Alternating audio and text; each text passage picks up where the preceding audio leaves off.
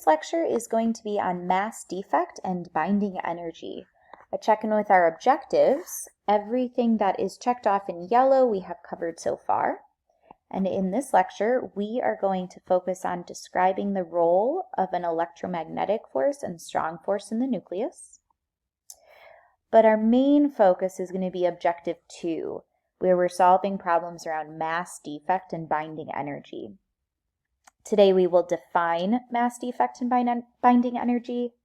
We're going to calculate both mass defect and binding energy. We will use Einstein's mass energy equivalence, E equals mc squared, to translate between the two. And then we'll save those last 2 bullet points for next lecture.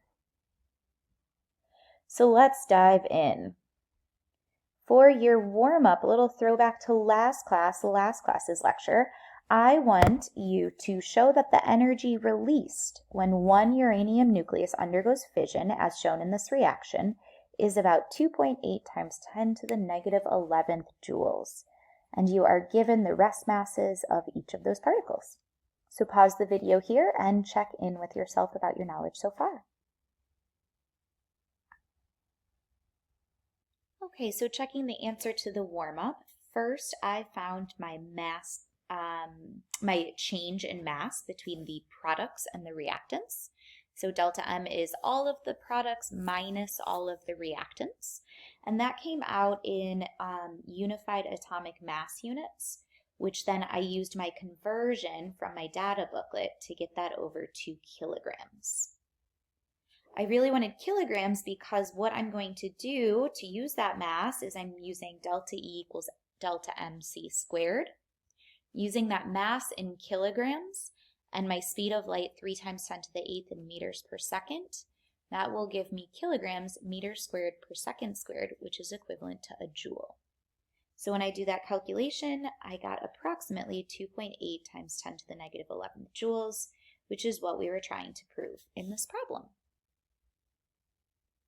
So I want to highlight that in this warm-up, our process was really to compare the mass of the reactants and the products to then it looks like the mass has disappeared or the mass is lost, but really that lost mass was converted into the energy released in this reaction. So really we're looking at the reaction as a whole. We're comparing reactants and products. We are looking at the big picture reaction, the energy released in the reaction. And of course, we use E equals mc squared, or you know that we really put deltas in front of it.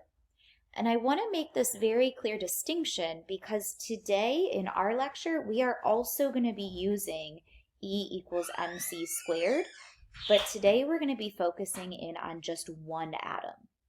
So I don't want you to get confused as we use the same equation. Our view, our perspective is shifting. So let's zoom into just one atom. I would like you to consider an atom of carbon-14. Okay? So this is what that atom looks like in its Bohr model. You can see the energy levels, you can see the electrons on the outside, the nucleus made up on the inside.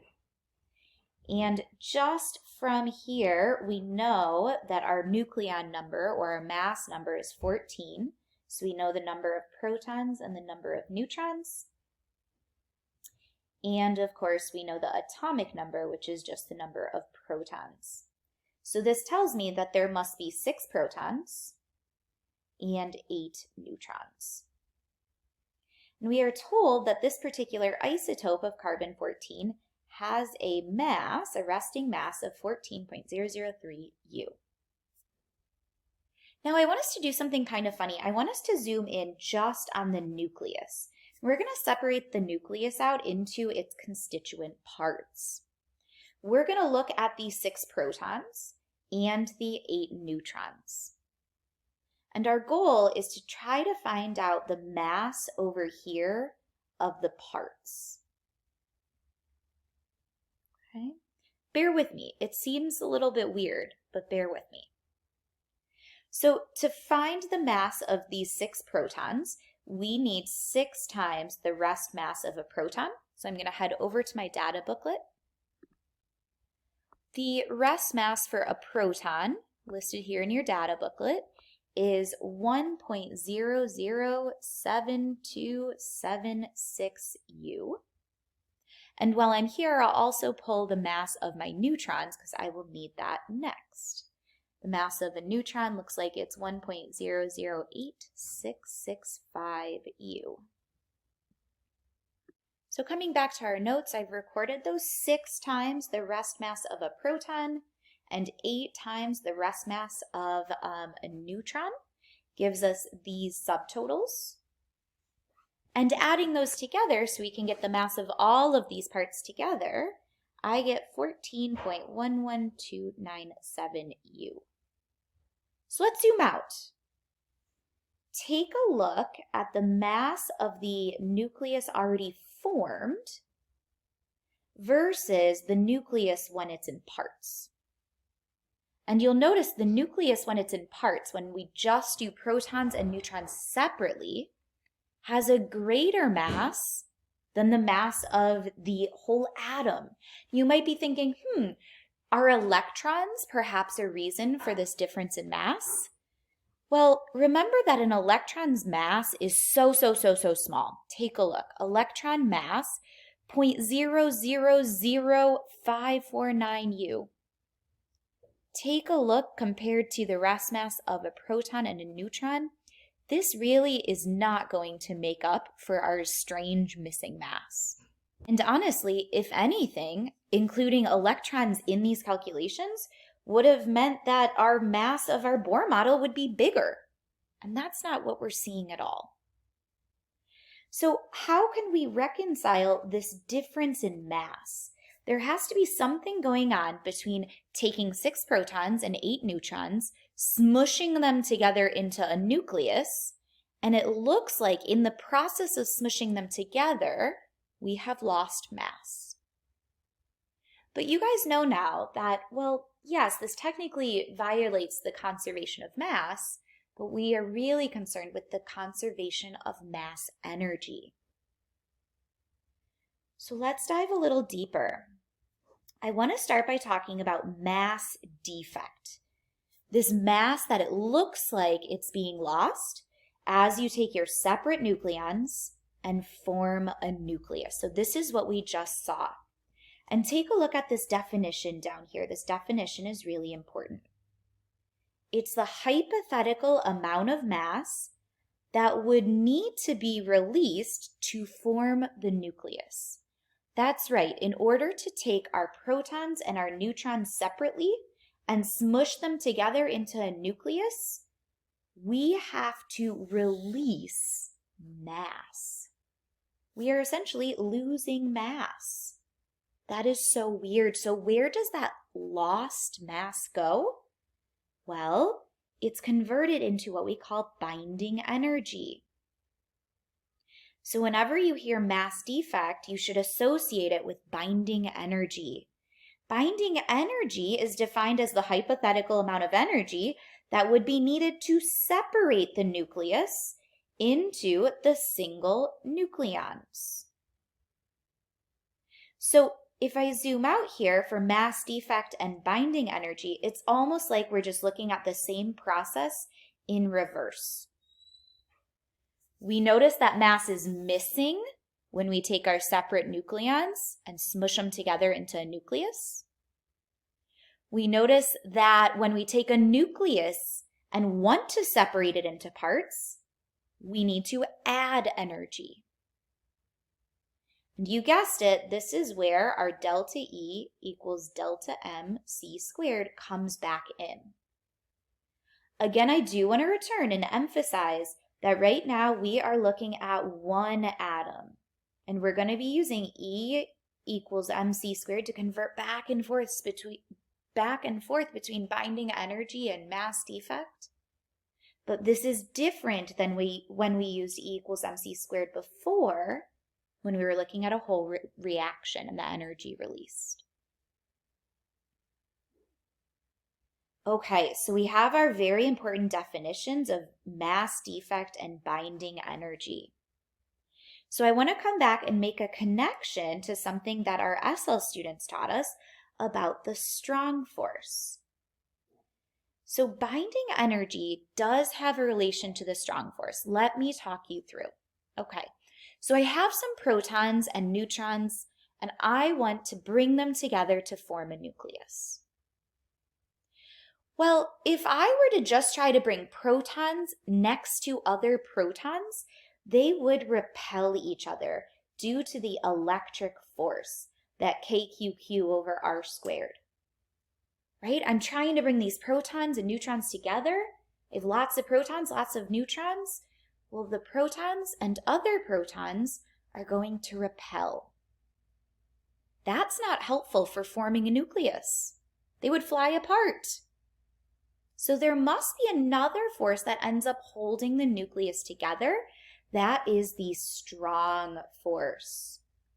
The strong force is going to attract protons and neutrons to each other. And remember, the strong force is the strongest of our four fundamental forces, but it only acts over short distances. So the story goes like this. We're trying to put together a nucleus, and we keep pushing these protons and protons together, trying to overcome this repulsive electric force. And then once they finally get close enough within the range of the strong force takes over and acts as glue that holds the nucleus together. Now think about that. Once the strong force takes over with that attraction between protons and neutrons, the total energy in the nucleus decreases. That's what we call our binding energy. Let's see. It's almost like we just talked through the reverse of this picture. We started with protons and neutrons, and we're trying to put them together into a nucleus. And so we subtracted energy. We brought it down in its total energy in order to get that final nucleus. So it's kind of like you can read these equations either way. Although you should be aware that the technical definition for binding energy is the amount of energy you would need to separate the nucleus into single nucleons. I really like to highlight that relationship to the strong force because now we're starting to get a holistic picture of what's exactly happening inside the nucleus. So let's actually apply this. Let's try a problem. Here's your gear up problem. You have an atomic nucleus, Rn222, and you have its mass. I want to know the mass defect in U, the binding energy in joules, and the binding energy in mega electron volts.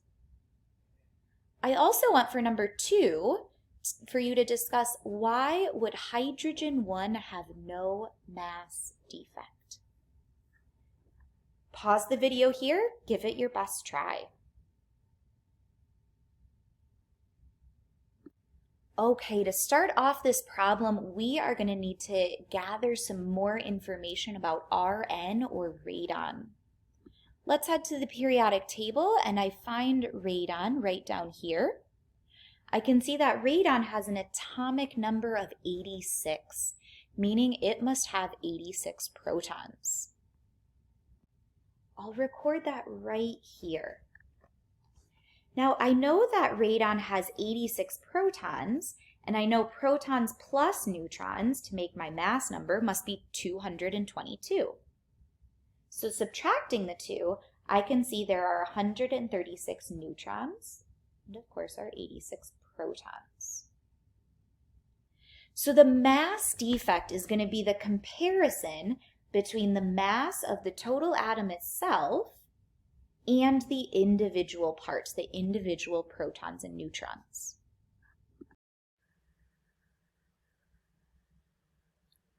Okay, so I'll take my whole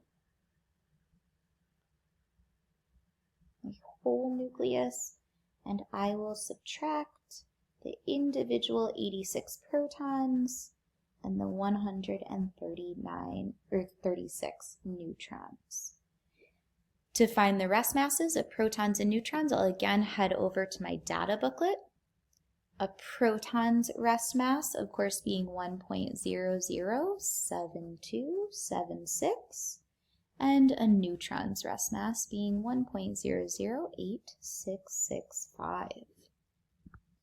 Again, I'm looking at the U units for my rest masses because this particular problem asked me to find the mass defect in U.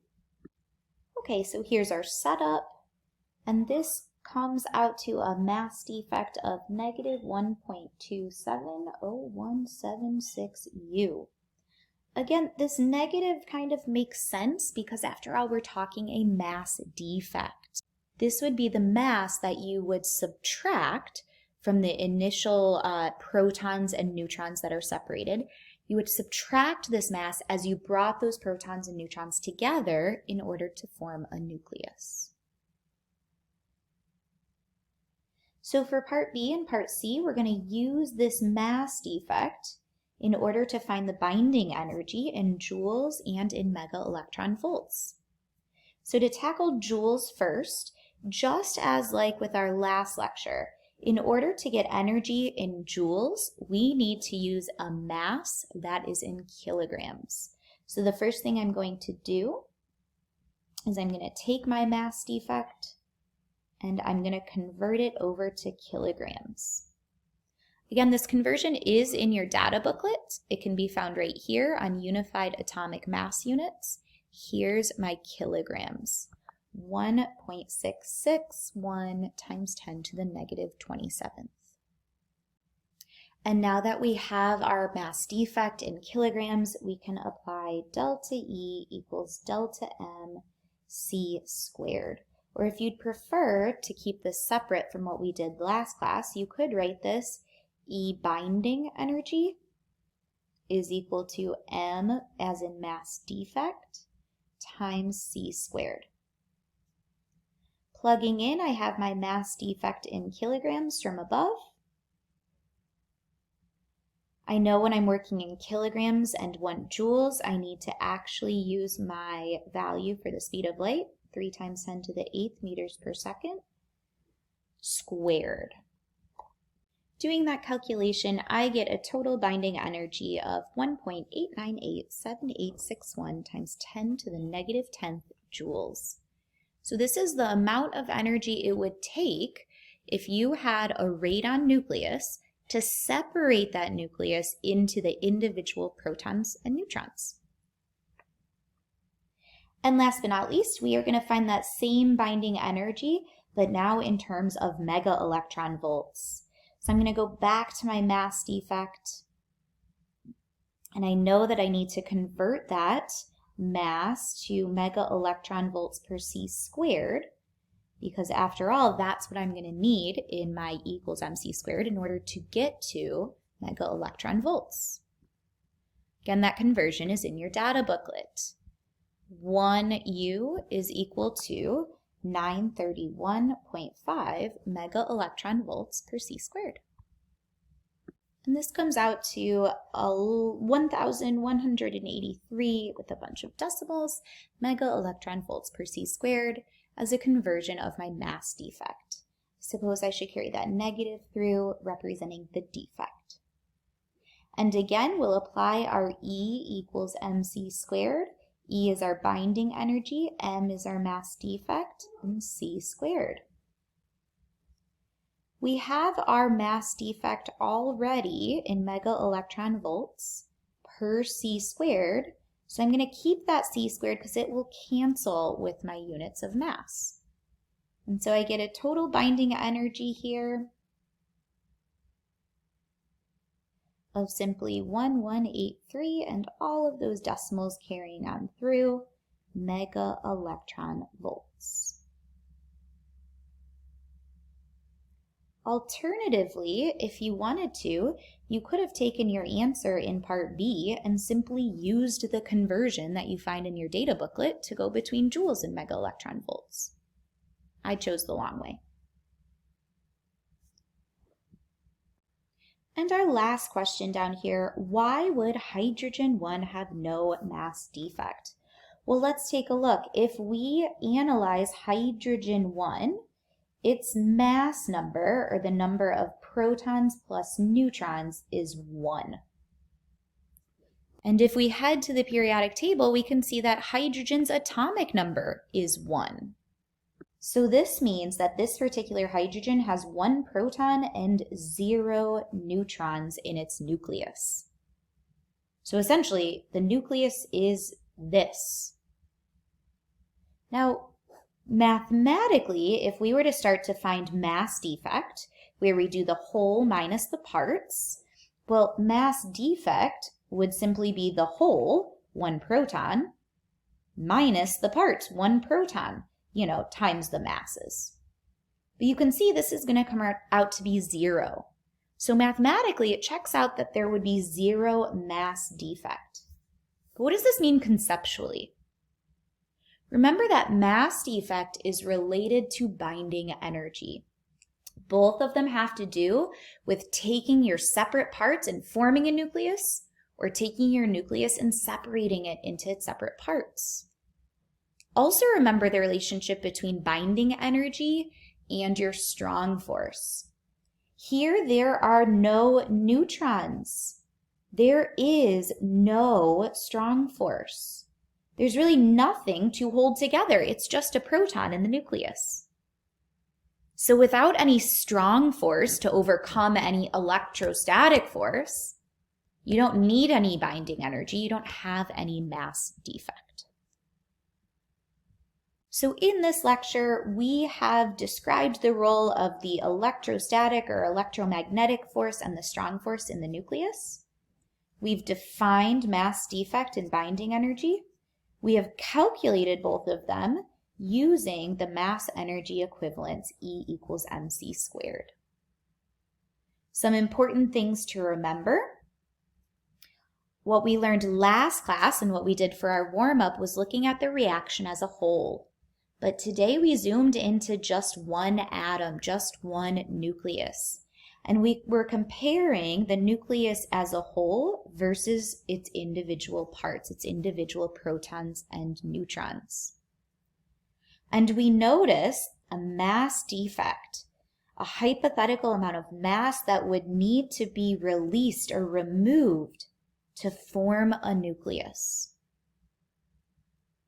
And mass defect relating to binding energy, the hypothetical amount of energy that would be need to separate the nucleus into its individual protons and neutrons, into its nucleons. And we thought through how the binding energy relates back to the strong force. Happy practicing!